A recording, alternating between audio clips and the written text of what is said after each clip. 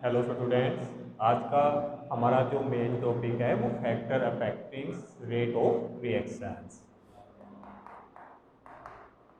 Factor affecting rate of reactions. पिछला जो हमारा लेक्चर था उसके अंदर हमने रेट ऑफ रिएक्शंस को काफ़ी डिटेल से किया है।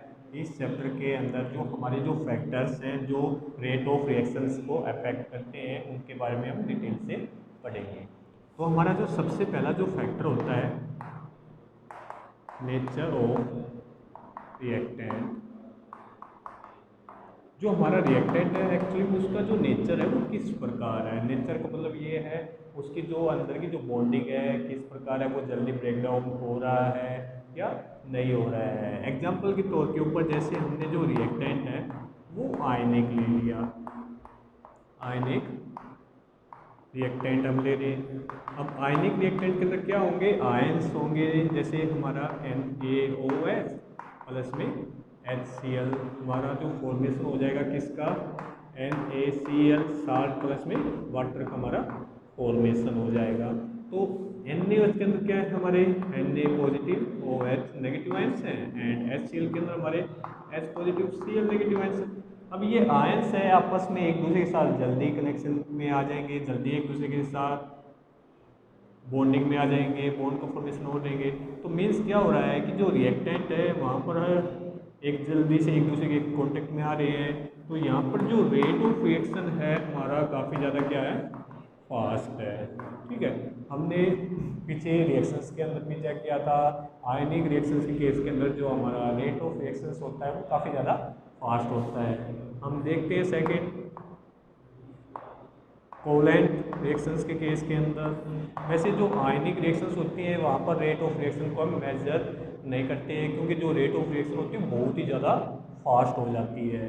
अब कोवलेंट केस के अंदर हमने एग्जांपल ले लिया N2 प्लस 3H2 रिएक्शन करने के बाद हमारा बन गया 2NH3 का।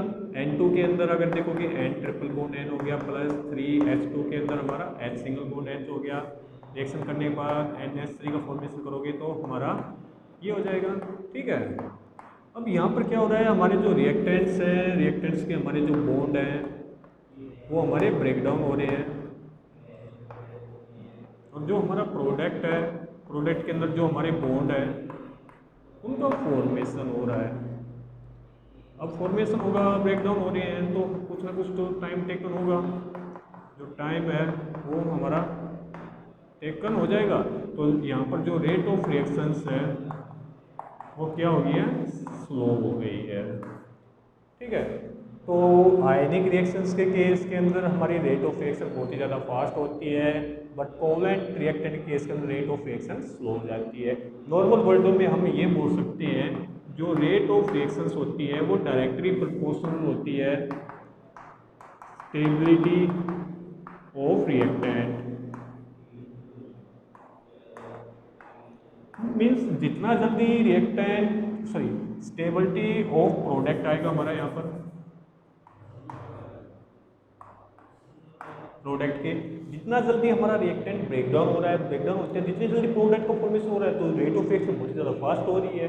अगर प्रोडक्ट ही अनस्टेबल है, अगर प्रोडक्ट का फॉर्मेशन ही नहीं होगा तो प्रोडक्ट हमारा फिर से टूट जाएगा, रेट ऑफ रिएक्शन स्लो होती चली जाएगी। अगर हमारी स्टेबिलिटी ऑफ प्रोडक्ट काफ़ी ज़्यादा अच्छी है तो रेट ऑफ रिएक्शन भी हमारी फास्ट हो जाएगी। जो जो रेट ऑफ रिएक्शन होती है वो इन्वर्सली प्रोपोर्शनल होती है किसके, स्टेबिलिटी ऑफ रिएक्टेंट। मीन्स अगर रिएक्टेंट की जो स्टेबिलिटी है बहुत ही ज़्यादा हाई है, रिएक्टेंट बहुत ही ज़्यादा हाईली स्टेबल है तो वो ब्रेक डाउन नहीं होगा, ब्रेक डाउन नहीं होगा तो प्रोडक्ट का फॉर्मेशन नहीं होगा। अगर प्रोडक्ट का फॉर्मेशन नहीं हो रहा तो रेट ऑफ रिएक्शन को आप मेजर नहीं कर सकते हैं। तो हम बोल सकते हैं जो रेट ऑफ रिएक्शन है वो किसके ऊपर डिपेंड करती है, हमारी नेचर ऑफ रिएक्टेंट्स के ऊपर डिपेंड करती है। ये हमारा फर्स्ट पॉइंट था। अब हम चेक करते हैं सेकेंड पॉइंट को।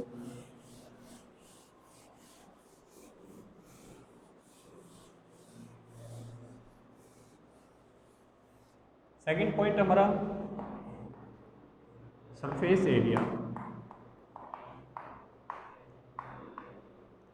जो सरफेस एरिया होता है वो ओनली सॉलिड्स के केस के अंदर ही लिया जाता है।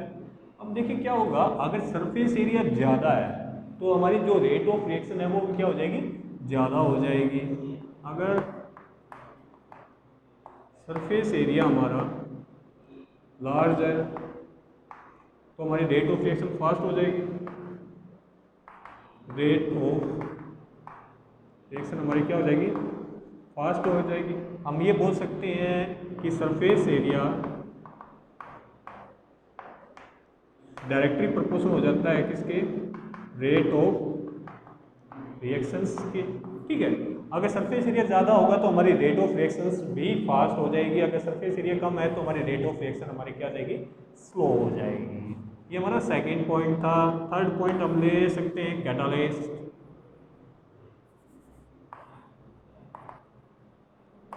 कैटलिस्ट क्या होते हैं, कैटलिस्ट वो सब्सटेंस होते हैं जो रेट ऑफ द रिएक्शंस को इंक्रीज भी कर सकते हैं एंड डिक्रीज भी कर सकते हैं without involving in the formation of product. Product के फॉर्मेशन में वो इन्वॉल्व नहीं होते हैं, तो वो ओनली इफेक्ट करते हैं रेट ऑफ रिएक्शंस को। अगर हमारी जो रेट ऑफ रिएक्शंस है अगर वो फास्ट हो रही है वो होती है पॉजिटिव कैटलिस्ट के कारण, और जो नेगेटिव कैटलिस्ट होते हैं वो रेट ऑफ द रिएक्शन को क्या कर देते हैं, स्लो कर देते हैं। देखिए पॉजिटिव कैटलिस्ट हमेशा रेट ऑफ द रिएक्शन को फास्ट करता है एंड जो नेगेटिव कैटलिस्ट होते हैं वो रेट ऑफ द रिएक्शंस को हमारे स्लो कर देते हैं। इसके अलावा हम बोल सकते हैं नेक्स्ट हमारा जो फैक्टर है प्रेजेंस ऑफ लाइट।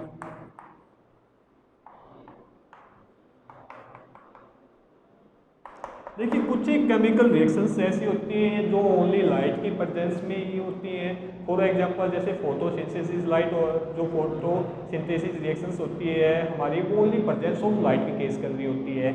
एक और आप एग्जांपल ले सकते हो जैसे H2 plus Cl2 in the presence of sunlight ultraviolet rays की प्रेजेंस के अंदर हमारा ये फॉर्मेशन हो रहा है 2HCl का। तो हम बोल सकते हैं कि कुछ एक रिएक्शंस ऐसी होती हैं जिनको कंप्लीट होने के लिए प्रेजेंस ऑफ लाइट भी जरूरी है। ठीक है, तो ये भी हमारे रेट ऑफ द रिएक्शन को अफेक्ट करते हैं। अब हमारे जो मेन फैक्टर्स हैं उनको हम चेक करते हैं। हमारा जो नेक्स्ट फैक्टर है टेम्परेचर हो गया है। हमारा जो फिफ्थ फैक्टर है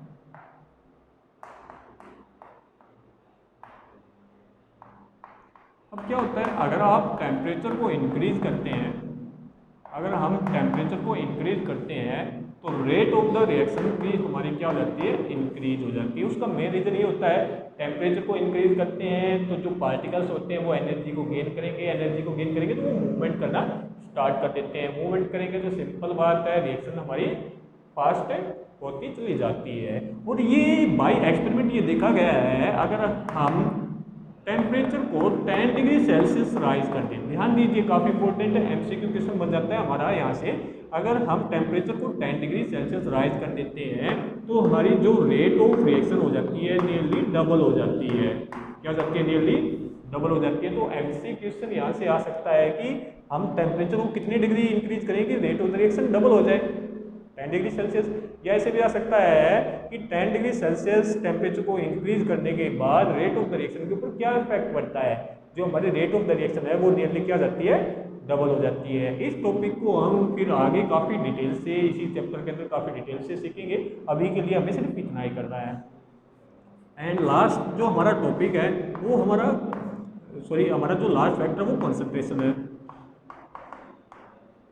अगर हमारे पास रिएक्टेंट की कंसंट्रेशन ज़्यादा होगी तो प्रोडक्ट भी ज़्यादा का फॉर्मेशन करेगा, रेट ऑफ द रिएक्शन क्या हो जाएगी, हमारी फास्ट हो जाएगी। तो हम बोल सकते हैं जो रेट ऑफ रिएक्शन होती है वो डायरेक्टली प्रोपोर्शनल होती है किसके, कंसंट्रेशन के।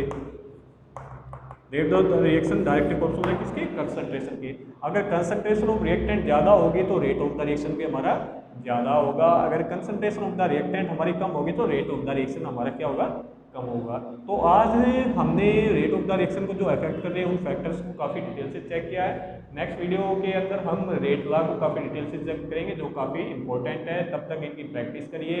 Till then bye, thank you.